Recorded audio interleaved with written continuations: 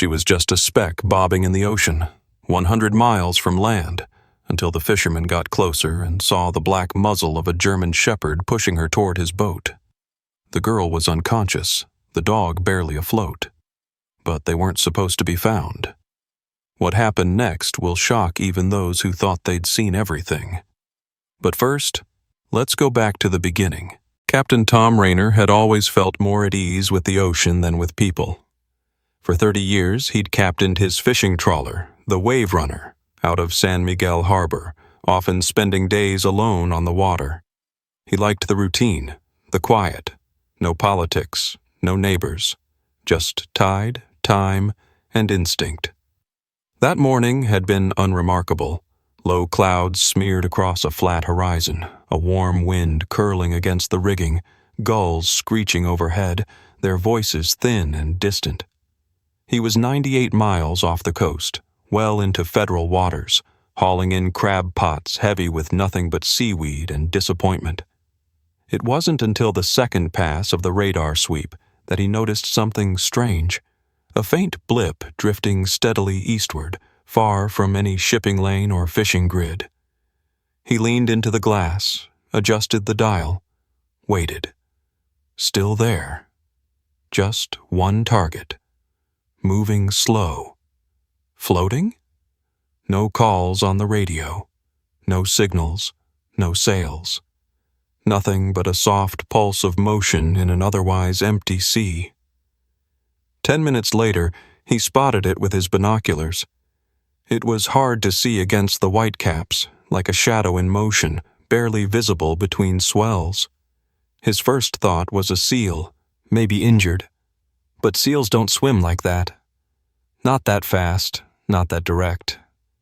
He throttled down and altered course, eyes narrowed beneath the brim of his salt-stained ball cap. As he got closer, a shape began to rise above the water. Two shapes, really. Upright ears, a snout. A long black and tan body slicing through the waves with brutal determination. Tom blinked. What the hell? A Germanshepherd. It was no illusion, no driftwood, no trick of the light. A full-grown dog was swimming through open ocean, steady and powerful, her head just above the surface, mouth closed tight, nostrils flaring. She wasn't paddling blindly. She was moving with intent, with purpose, toward him. Tom didn't waste time. He cut the engine and rushed to the side rail, grabbing the thick pole net he kept for pulling gear, or overboard pelicans, back onto the deck. As the dog neared, he could see her eyes, dark, focused, intelligent. Not panicked, alert. Her legs kicked rhythmically beneath the surface, her strength nearly spent, but her will somehow untouched. "Come on, girl," he said softly, lowering the net. "Come on, let's get you out." The shepherd gave one last surge and let herself be scooped in. As she collapsed onto the deck, water pouring from her fur in streams, she didn't whimper. She didn't try to run or bark.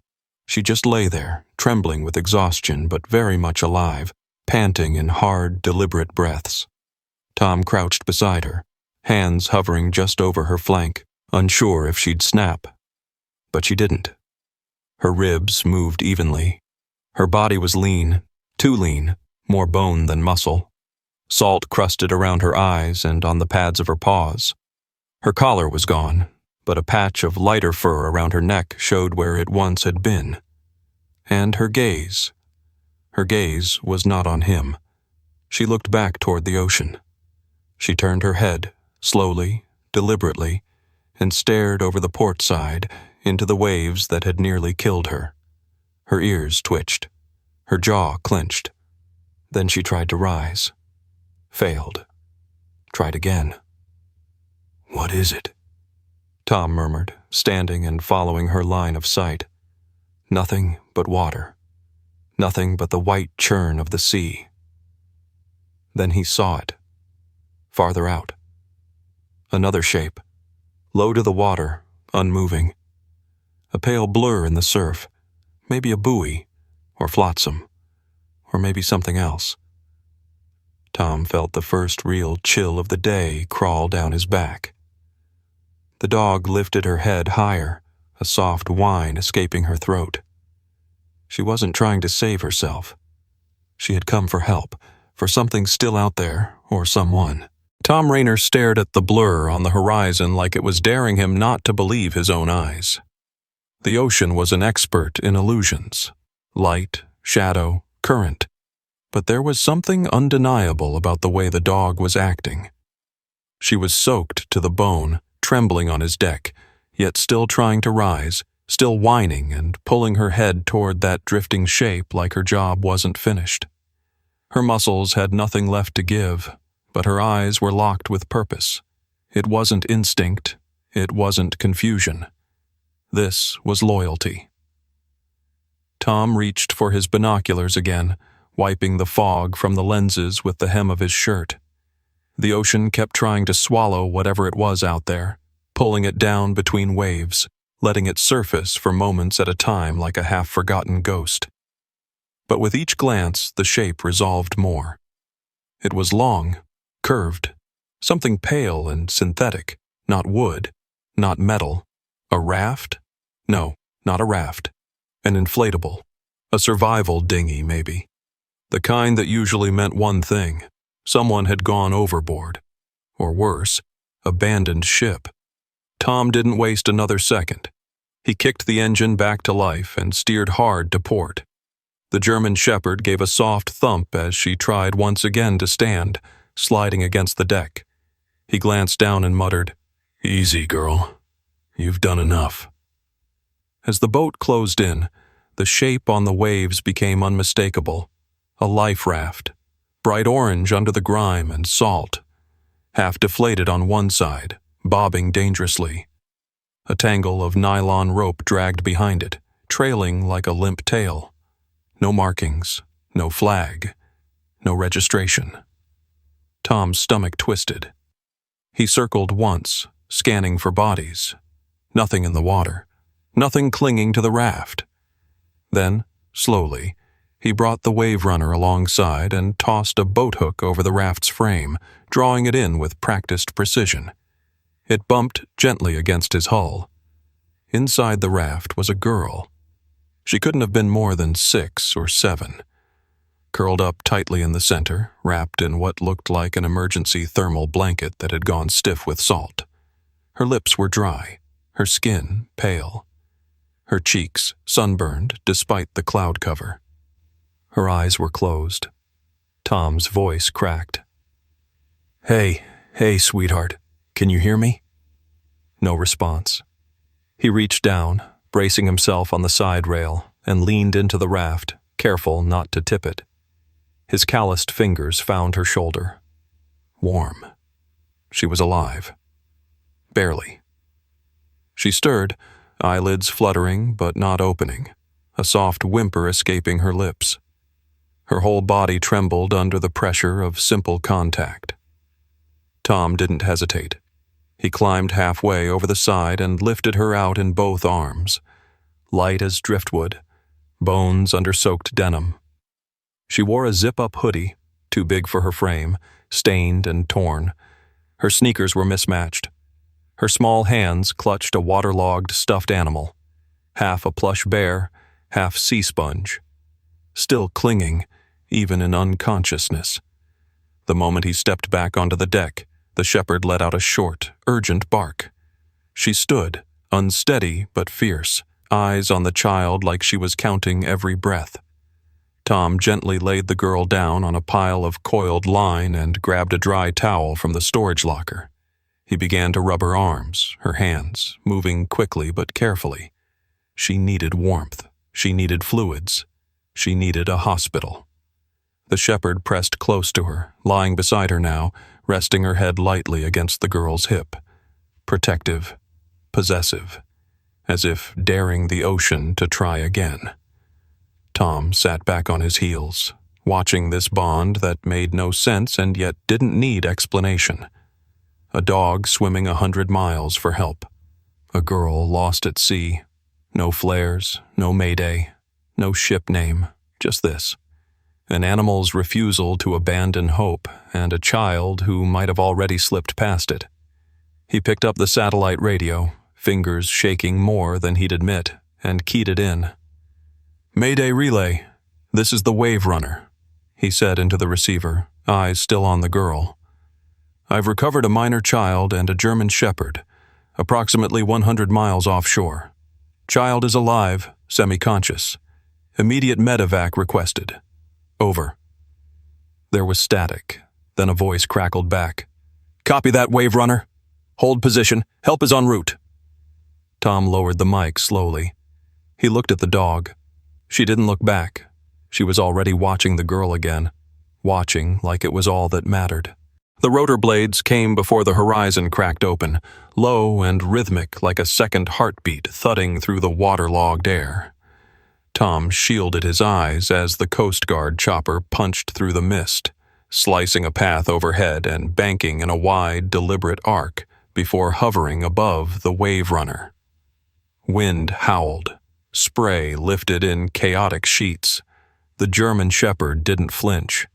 She stood rigid, tail low, eyes locked on the girl as two figures in bright orange suits were lowered from the sky.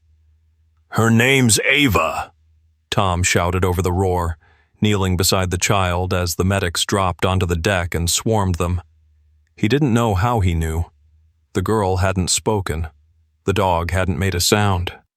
But as he looked down at the smudged letters stitched faintly into the plush bear still clenched in her fist, AVA, it fit with the weight of everything. The older medic checked Ava's vitals with swift, precise movements. Pulse is weak but steady. Cold stress. Dehydration. Possible exposure injuries. Will stabilize for lift. The second medic tried to ease the Germanshepherd away, but the dog wouldn't move. She planted herself tighter against Ava's hip and bared her teeth with a low growl. Not rabid, not crazed, just immovable. Tom stepped between them. "Let her stay. She's not going anywhere. Not without her." The medic hesitated, glanced at his partner. "We're already pushing weight limits." Tom didn't blink. "Then push." A compromise was reached. They wrapped Ava in an insulated blanket and secured her to the rescue basket. The dog was leashed by a heavy-duty line clipped to Tom's rail. She stood rigid as the girl was lifted away, eyes never leaving her face, neck stretched painfully upward as the basket ascended through the chop. When the rotors faded into the distance, a terrible stillness fell. Tom finally slumped into the deck. The Germanshepherd, still unnamed, still wild in all the ways that made her beautiful, sat beside him. For a long time, neither moved. Back on land, questions waited like a storm front. Where had they come from? How had a child and a dog survived 100 miles offshore with no distress call, no alert, no traceable vessel? The media would swarm. The Coast Guard would launch an investigation. But out here, in the quiet where answers didn't live yet, Tom could only try to piece together the fragments. He fed the dog half his ration of jerky and watched her eat with slow, deliberate motions. There was no aggression in her now, only caution, learned discipline, and a kind of loyalty that ran deeper than anything he'd ever seen. She looked like she'd once known the rules of the world and decided to write her own. Tom took out his satellite phone and made a call to shore, requesting clearance to dock and report in. Then he sat back, wiped salt from his eyes, and studied the leash coiled around the dog's neck. Thick, worn nylon with a military-grade buckle. It wasn't the kind you'd find at a pet store. It was the kind issued to service animals. Her tags were gone. No caller ID. But on the inside hem of her vest, a patch so faded it was almost invisible, were two words printed in barely legible white thread. Service. Ava. And beneath that, a faint number sequence. Not her name. The child's. The dog was Ava's guardian, which meant this wasn't a stray and it wasn't a fluke. This was something else, something organized, trained, controlled. But for what? Tom felt it then, that shift, small but undeniable. This wasn't just a rescue. This wasn't just a survival story. It was the edge of something much larger, something someone didn't want found. He looked back at the sea, and for the first time in years, it didn't feel like it belonged to him anymore.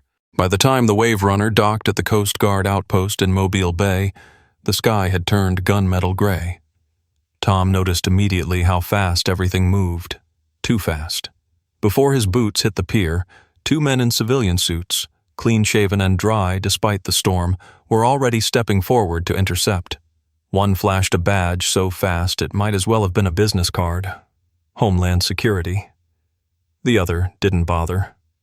"We'll take it from here," the badge holder said, voice low and curt, eyes flicking to the Germanshepherd still leashed by Tom's side. Tom squared his shoulders. "She's not evidence. She's a survivor." "Of what?" the second man asked flatly. Tom didn't answer, because he didn't know. Not yet. But the chill in his spine didn't come from the weather. The dog, he'd started calling her Scout, growled once, deep and vibrating low in her throat, as the second man took a step too close. She positioned herself slightly in front of Tom, protective, trained. "I want to see the girl," Tom said. "She's stable," the first agent replied. "That's all you need to know." "No, I need to know who she is, where she came from, and how a service dog ended up swimming 100 miles offshore with her unconscious in tow. I think that's reasonable." The men shared a glance. Then the second agent's tone dropped a degree colder. "You're a fisherman. You found a girl in the water. You handed her off. End of story." Tom leaned in. "Yeah? Then why are you trying so hard to bury it?" There was a long pause. Then they stepped back, not in surrender, but recalibration. Scout's leash was now held tightly in Tom's fist. No one had dared to take her from him.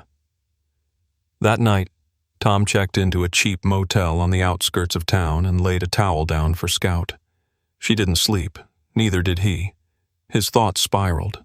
The military-grade gear, the untraceable service patch, the silence from authorities. None of it sat right. He began making calls, first to Coast Guard buddies, then to a contact in the sheriff's office. He spoke in careful phrases, asking the wrong questions in the right tone. It didn't take long to learn that no official rescue report had been filed. No child under the name Ava had been admitted to local hospitals, and no one officially had authorized the Homeland Security visit to the docks.